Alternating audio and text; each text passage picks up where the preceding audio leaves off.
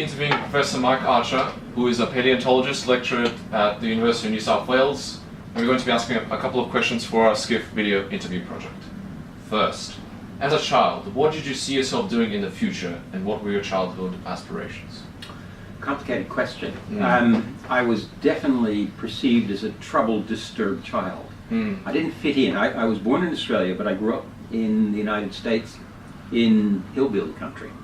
So the local community was not very big on science or anything other than planting things in the ground or making moonshine. I was good at both.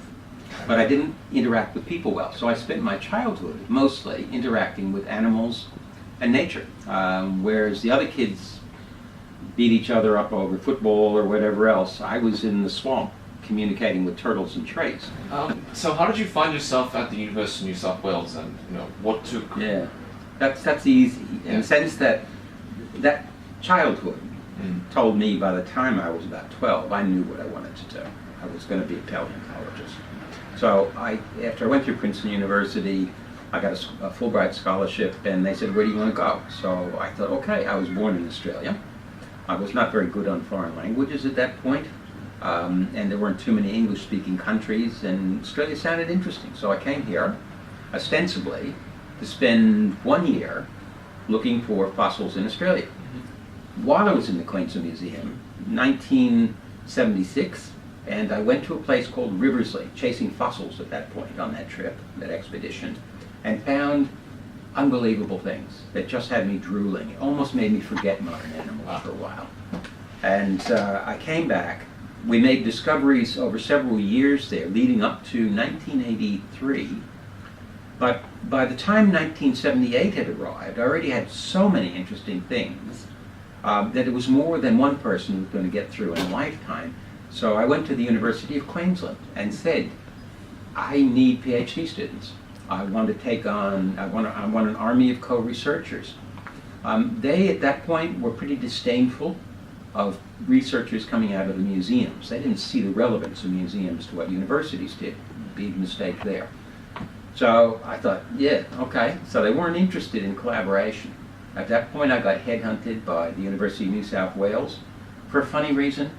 The then head of BEES, what was then zoology, his wife was a paleontologist, but she had a personality that was unbelievably strong. She'd burned out 2 supervisors already. Nobody could control what she was doing or make suggestions to her. She was a powerful force. He was the head of school. He couldn't control her. Next thing I know, I'm asked, would I come down to UNSW and become a paleontologist here? And incidentally, here's your first PhD student. And it was her, so they pushed her over to me. And she and I got on really well. So that was the beginning. I started teaching in '78. I started doing research and accumulating an army of students, and the rest is history, still being written. Alright, so looking back at your career so far, what are the best and worst aspects that you've come across and that you've felt throughout your career? Oh, look, I think the best aspect actually would include teaching students, teaching first-year students, interacting with them. I think among the high points of this kind of a career are the opportunity to interact with students, because unlike your colleagues, who are often very polite, when you come out with some crap, or you think you've got your answers to some particular challenge, and you put an answer on the table, colleagues are going to go, oh, that's interesting. Students are going to go, that sounds like bullshit to me. So I find the interaction with students very refreshing because they're very frank.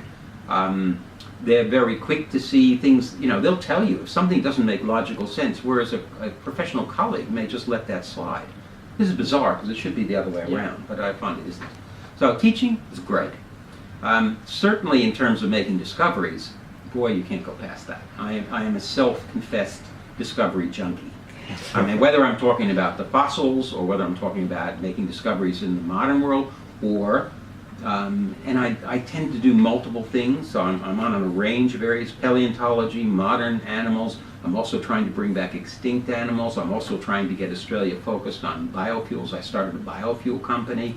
I'm trying to get endangered animals back into habitats that will keep them comfortable, learning that from the fossil record. So I've got about 8 or 9 projects going. All of them are exciting, and they're the best part of every day. Sometimes nothing, sometimes everything. And wow, you can't stop your heart from that one. But what's not so good? Bureaucracy. I hate it. The amount of paperwork seems to be increasing logarithmically. I mean, every year in this place, as in almost any institution in the world, there's accountability issues. There are OH&S issues, Operation Health and Safety things. And these are adding up to the point where, frankly, it's taking more time often to do these things than to write 2 or 3 research papers. So this kind of stuff is eroding massively into our ability, all of our abilities, to get on with the very reason we're here, which is the teaching and the research. So that's certainly not one of the good parts, is all the bureaucracy that seems to be piling up. But net, it's worth it, or I would have gone off and dug, trenches somewhere or whatever. So where has your career in science taken you in the world? travel is also a great part of this project as well. All of my paleontology and working with modern animals takes me all over the world. It's pretty hard these days to work on anything that doesn't have some aspect of a global dimension. Okay. So a lot of the colleagues I interact with are in France, Argentina, New Zealand, Borneo, United States. So you spend a lot of time interacting with them in projects of that kind. And this is good. I mean, the animals like bats don't stay put. In your job, do you prefer doing the teaching aspect or the researching aspect? I can't see splitting one from the other, frankly. In some ways, it is interesting. A lot of us who do research, one of the first things that goes through your mind when you're actually making a discovery, you bust open a rock like that and you see lots of bones in it. Suddenly you recognize something that's in there. Well, that's exciting intrinsically to me. I'll recognize what it is and get excited. But a big part of the excitement is knowing you're going to be able to show someone else that. You're going to be able to tell them that. It's going to increase your ability to explain, understand and explain how did that transform into what we see today. So I never find that the excitement of the idea of teaching about what I discover is something different. They're a yin and yang thing. Yeah. How much fun would it be if you were the last person in the world making discoveries of fossils? I mean, it would probably take about 99% of the fun right out of it. So what are your thoughts on the current state of science and scientific research, so the fields and prospects? We are one of the lowest in terms of the amount of support out of our GDP that we put into science. We're going down the gurgler, and at the moment we have a government that openly distrusts and is disinterested in understanding what science has to tell them about strategies that are important for the long-term well-being of Australia and Australian people and the world. Despite these difficulties and the competition for grants, what would you say to students who want to pursue science? I would say hang in there. There's always a small possibility this will be a one-term government. Yeah.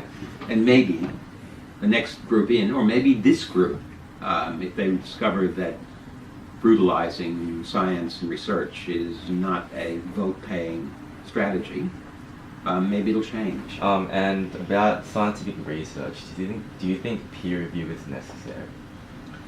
Yes, I'm involved in a couple of instances where the failure to have peer review has resulted, frankly, in publication of crap. It's increasingly difficult with today's ability to put anything online to distinguish real shit from bullshit.